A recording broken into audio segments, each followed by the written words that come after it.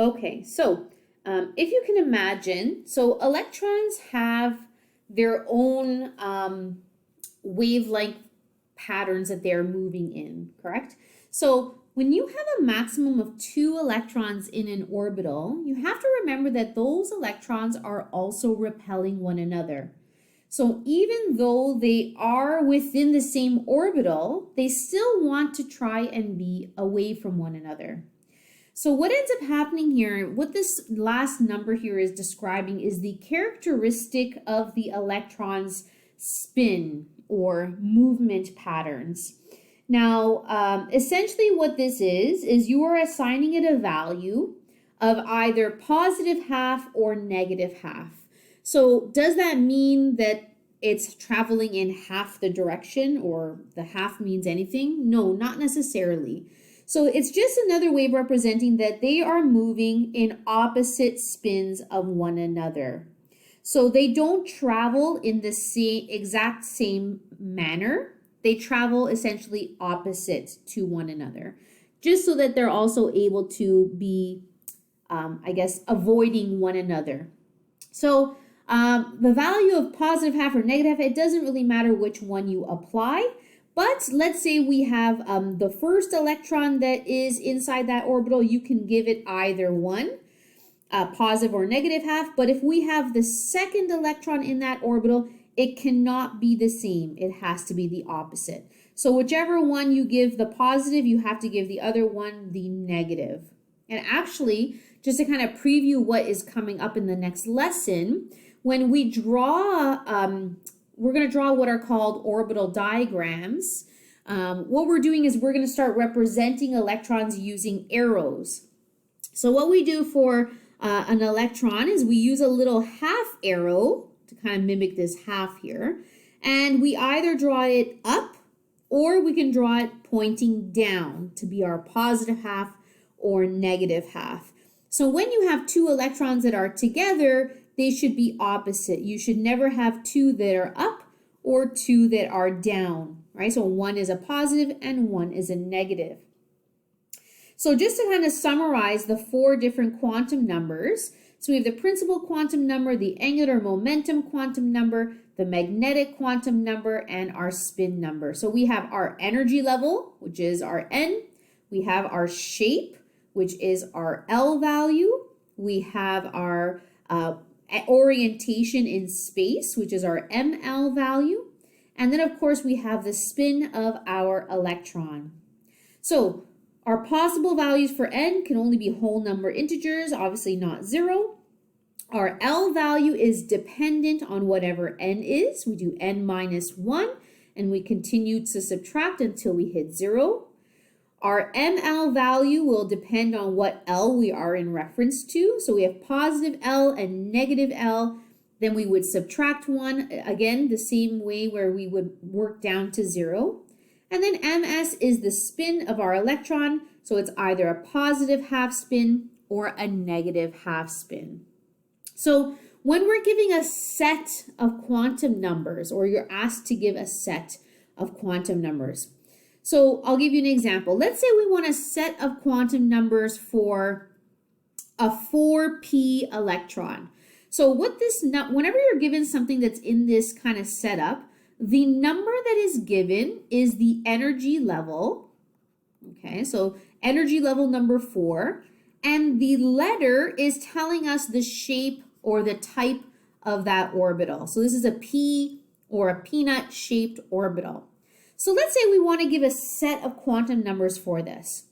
Our N number, of course, is our energy level, which is given number 4. Our L value is for P. So if you remember, when L is equal to 0, that's S, but when L is equal to 1, that's P. So because we're talking about the P orbital in that energy level number 4, our L value we would have to give it is 1. Now, our ML value has a whole bunch of different options. I can have ML as positive 1, negative 1, or 0. So if I'm asked to give a set of numbers, I just have to give one possible set. So ML is equal to 1 is correct. It would also be correct if I used 0 or -1. But remember, when you're giving a set, you're just giving one option. And of course, my MS, it's only for one electron set. So it's either going to be a positive half, or it would have also been correct if I said a negative half. Okay, so this is a very common type of question where it says, give a set of quantum numbers for a specific electron in an orbital. We can also say something like, which of the following is incorrect about a quantum number set? So for example, let's say we had n is equal to 5, L is equal to 0, ML is equal to 1, and MS is equal to -half. Okay, so sometimes you'll be given a set of numbers and asked if it's valid or invalid. So valid would mean that it's all fits in the correct criteria for what those values are.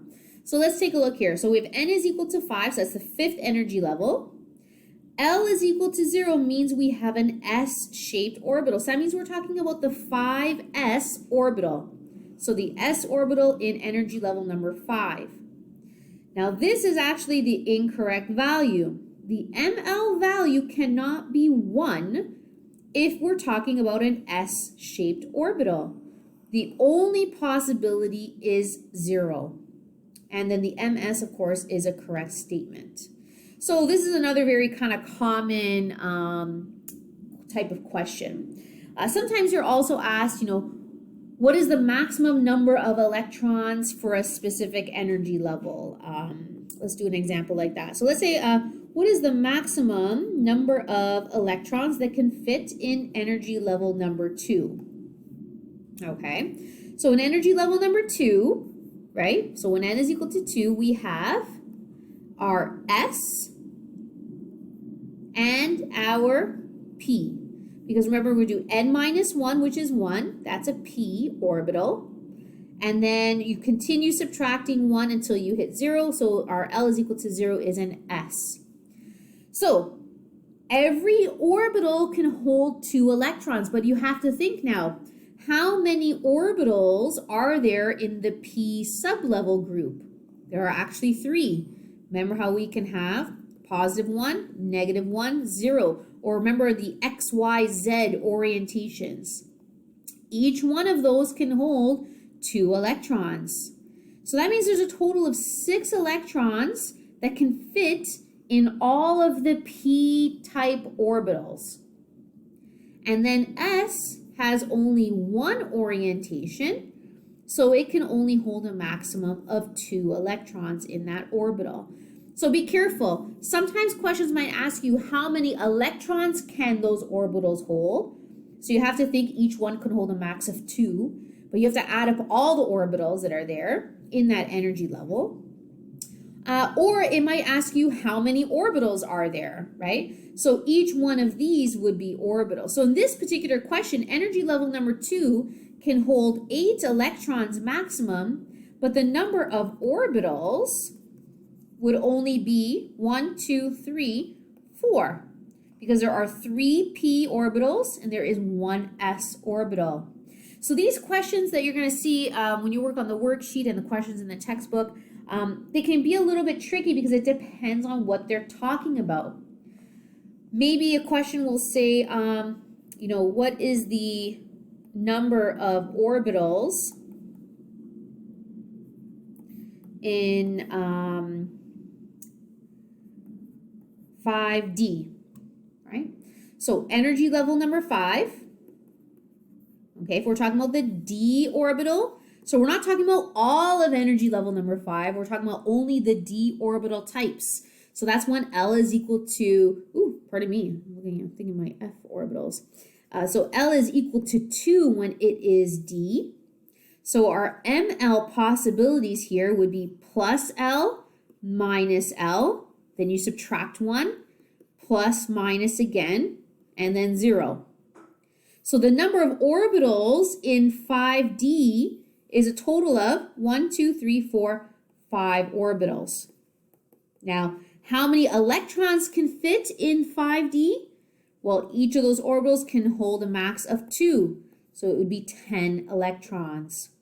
So the wording really matters here. Are we talking about the entire energy level? Are we talking about one subshell of an energy level? Are we talking about number of electrons? Right? So just be very careful when you are looking at these types of problems.